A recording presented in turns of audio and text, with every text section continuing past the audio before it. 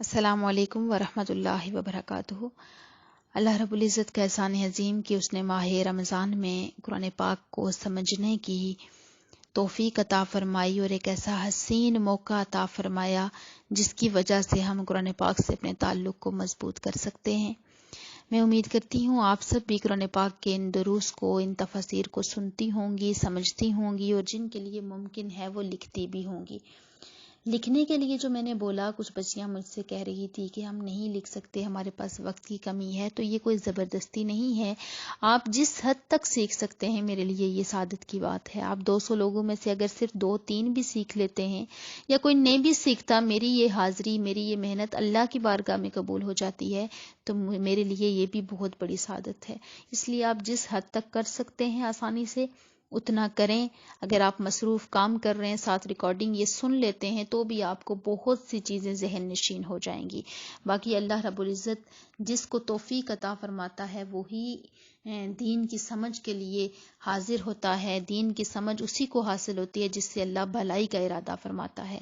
تو آپ سب دعا کریں کہ ہم سب سے اللہ تعالیٰ بھلائی کا ارادہ فرماتے ہوئے جو ہمیں اللہ پاک نے توفیق دی ہے، اس توفیق کو آخر تک ہم اس سے فائدہ اٹھاتے رہیں۔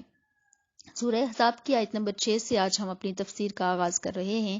بہت ہی پیاری آیہ مقدسہ ہے، اور میں سمجھتی ہوں کہ یہ آیت سننے کے بعد انسان اپنے پیارے محبوب سے، آقا کریم صلی اللہ علیہ وآلہ وسلم سے تعلق کس قدر مضبوط ہے اور کس قدر نہیں ہے، یہ بھی اپنے آپ کو جھنجھوڑنے کی ضرورت ہے۔ لیکن یہ ہے کہ بہت سا تعلق گہرا ہو جائے گا آج کی یہ حدیث، آج کی یہ آیات سننے کے بعد۔ تو بسم اللہ الرحمن الرحیم، اللہ کے نام سے شروع کرتی ہوں جو بہت مہربان، ہمیشہ رحم فرمانے والا ہے۔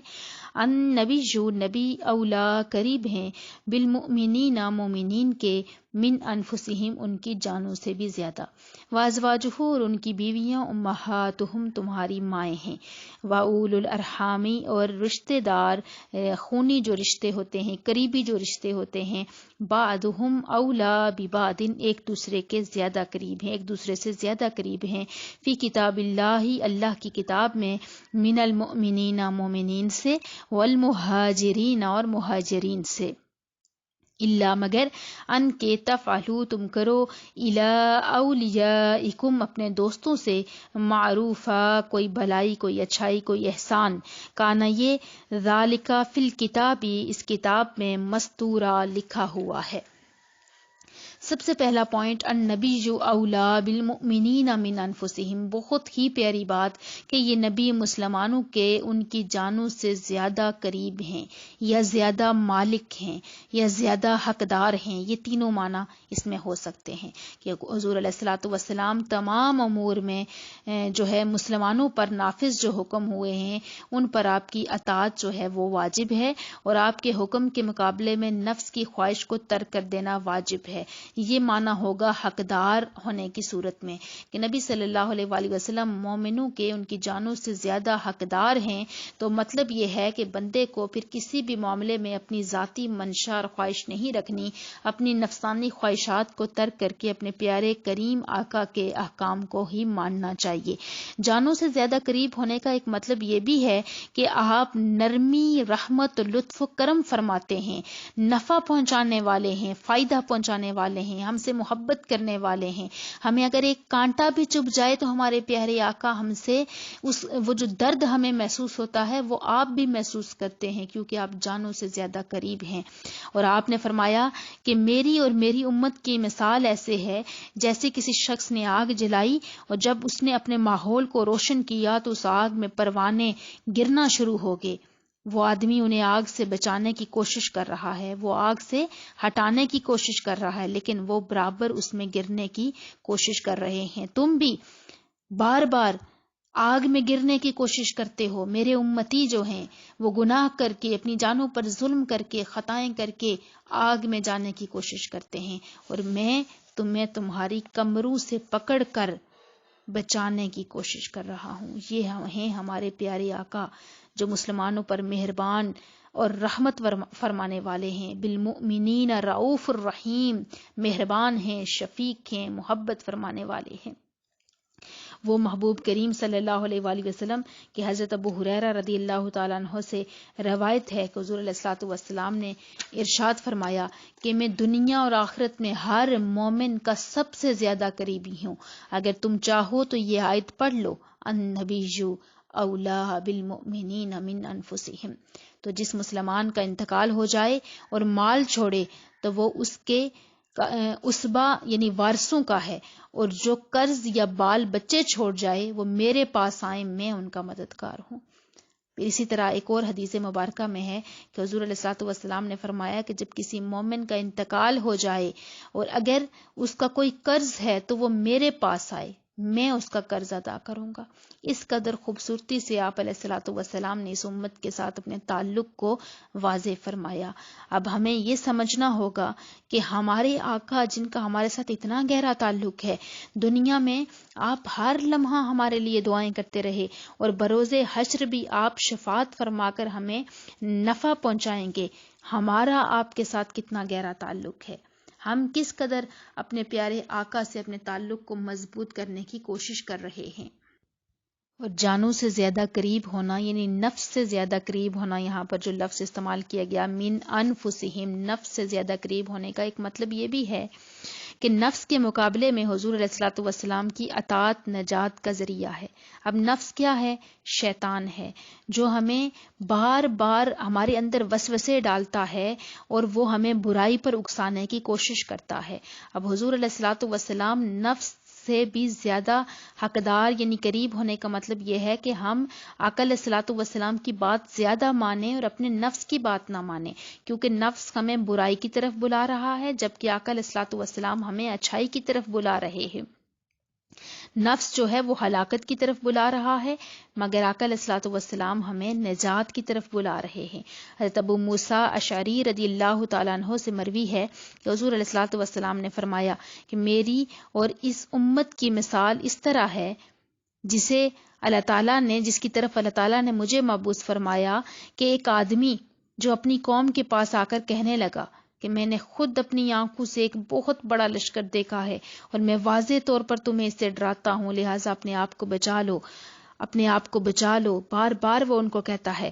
پس ایک گروہ نے اس کی بات مانی اور کسی محفوظ مقام کی طرف چلے گئے، یوں انہوں نے نجات پا لی، اور دوسرے گروہ نے اسے جھٹلایا تو صبح سویرے وہ بڑا لشکر ان پر ٹوٹ پڑا اور ان سب کو تباہ و برباد کر دیا. لہٰذا ہر مسلمان کو چاہیے کہ وہ اپنے دینی اور دنیاوی تمام امور میں اپنے نفس کی اطاعت کرنے کے بجائے اپنے پیارے آقا صلی اللہ علیہ وآلہ وسلم کی اطاعت و فرما برداری کرے تاکہ ہلاکت سے بچ کر نجات حاصل کرے. کیونکہ من یطیع الرسول فقد اطاع اللہ، جس نے رسول کا حکم مانا اس نے اللہ کا حکم مانا. تو یہ معنی جو میں نے آپ کے سامنے بیان کیے کہ آپ محبت کرنے میں جانوں سے زیادہ قریب ہیں، ہمارے لیے نجات کا راستہ ڈھونڈنے میں ہمارے ساتھ زیادہ مخلص ہیں، نفس سے زیادہ قریب ہیں، اور حقوق کی ادائیگی میں حضور علیہ الصلوۃ والسلام زیادہ حقدار ہیں کہ ہم ان کی بات مانیں. یعنی کہ عام جتنے بھی لوگ ہیں ان سب لوگوں میں سب سے زیادہ حق ہمارے پیارے آقا کا ہے کہ ہم ان کی بات مانیں، ان کے حکم کو مانیں. تو میں امید کرتی ہوں کہ ان خوبصورت ارشادات کے ذریعے سے اطاعت رسول کو اپنا شیوا ہم سب کو بنانا چاہیے اور آپ سب بھی بنائیں گی. وازواجہ امہاتہم، اور ان کی بیویاں ان کی مائیں ہیں. نبی صلی اللہ علیہ وآلہ وسلم کی ازواج مطہرات کو مومنوں کی مائیں فرمایا گیا، لہٰذا امہات المومنین کی تعظیم اور ان کی حرمت کا خیال رکھنا اور ان کا ادب کرنا، ان کا احترام کرنا، ان کی سیرت پر عمل کرنا، یہ سب ہم پر ضروری ہے. جس طرح ہم اپنی جسمانی ماؤں کا احترام کرتے ہیں، کچھ لوگ تو ان کا بھی نہیں کرتے، اور جو جسمانی ماؤں کا احترام نہ کرنے والا ہے وہ رحمت الہی سے دور ہو جاتا ہے. قرآن کہتا ہے کہ اپنے ماں باپ کو اف بھی نہ کہو، اور ماں کے قدموں تلے تو جنت رکھی گئی ہے. باپ کے چہرے کو دیکھیں تو ایک حج کا ثواب ملتا ہے، محبت سے دیکھیں. تو یہ تو بہت عظیم ہستیاں ہیں یہ جسمانی ماں باپ، تو ہم ان کا ادب کریں اور اگر کریں تو ہمیں ثواب، اور اگر نہ کریں تو رب کی ناراضگی۔ تو پھر ان روحانی ماؤں کا اگر ادب احترام نہیں کریں گے تو پھر ہمارا انجام کیا ہوگا، ہم سب یہ سمجھ سکتے ہیں۔ اس لیے ان روحانی ماؤں کی سیرت کو اپنانا اور ان کا ادب اور احترام کرنا ہم سب پر واجب ہے۔ جب بھی نام لیں تو ادب اور احترام سے لیں، اور ان کے متعلق کوئی ایسی بات کسی سے سنیں کہ جس میں کسی قسم کی عقیدے کی خرابی ہے تو اس کو کبھی بھی اپنے ایمان کے حصے میں، اپنے عقیدے کے حصے میں شامل نہ ہونے دیں۔ وَأُولُو الْأَرْحَامِ بَعْضُهُمْ أَوْلَىٰ بِبَعْضٍ، اور رشتے والے ایک دوسرے سے زیادہ قریب ہیں۔ اب آقا علیہ الصلوۃ والسلام نے ہجرت کے بعد بعض مہاجرین کو بعض انصار کا بھائی بنا دیا، اور اس رشتے کی وجہ سے وہ ایک دوسرے کے وارث ہوا کرتے تھے۔ پھر یہ آیت نازل ہوئی اور فرما دیا کہ میراث رشتہ داروں کا حق ہے اور انہی کو ملے گی۔ ایمان یا ہجرت کے رشتے سے جو میراث ملتی ہے وہ اب نہیں ملے گی۔ البتہ جو آیت کے اگلے حصے میں کہا گیا کہ تم کوئی احسان کرنا چاہو دوستوں سے تو ان میں سے جس کے لیے تم چاہو کچھ مال کی وصیت کر دو، وہ مال کے تیسرے حصے کی مقدار وراثت پر جو ہے حقدار ہو جائیں گے، وہ ان پر مقدم ہو جائے گی۔ اس سے معلوم ہوا کہ رشتہ دار ایک دوسرے کے وارث ہوتے ہیں، دینی برادری کے ذریعے کوئی اجنبی وارث نہیں ہو سکتا۔ وَإِذَا أَخَذْنَا، اور ہم نے لیا، مِنَ النَّبِيِّينَ، نبیوں سے، میثاقہم، وعدہ، وَمِنْکَ، اور آپ سے اے حبیب، وَمِن نوح، اور نوح علیہ السلام سے، وَإِبْرَاہِیمَ، وَمُوسَىٰ، وَعِیسَىٰ بنِ مریم، وعیسیٰ علیہ السلام اور موسیٰ علیہ السلام اور ابراہیم علیہ السلام سے، وَأَخَذْنَا، اور ہم نے لیا، مِنْہُمْ، ان سے، میثاقًا غلیظًا، پختہ وعدہ، لیسأل الصادقین، تاکہ سوال کیا جائے سچوں سے، عن صدقہم، ان کے سچ کے بارے میں، وأعد، اور تیار کر رکھا ہے، للکافرین، کافروں کے لیے، عذابا علیما، دردناک عذاب۔ اب اس آیہ مقدسہ میں حضور علیہ الصلوۃ والسلام کو فرمایا جا رہا ہے کہ اے محبوب، یاد کرو جب ہم نے نبیوں سے ان کا عہد لیا۔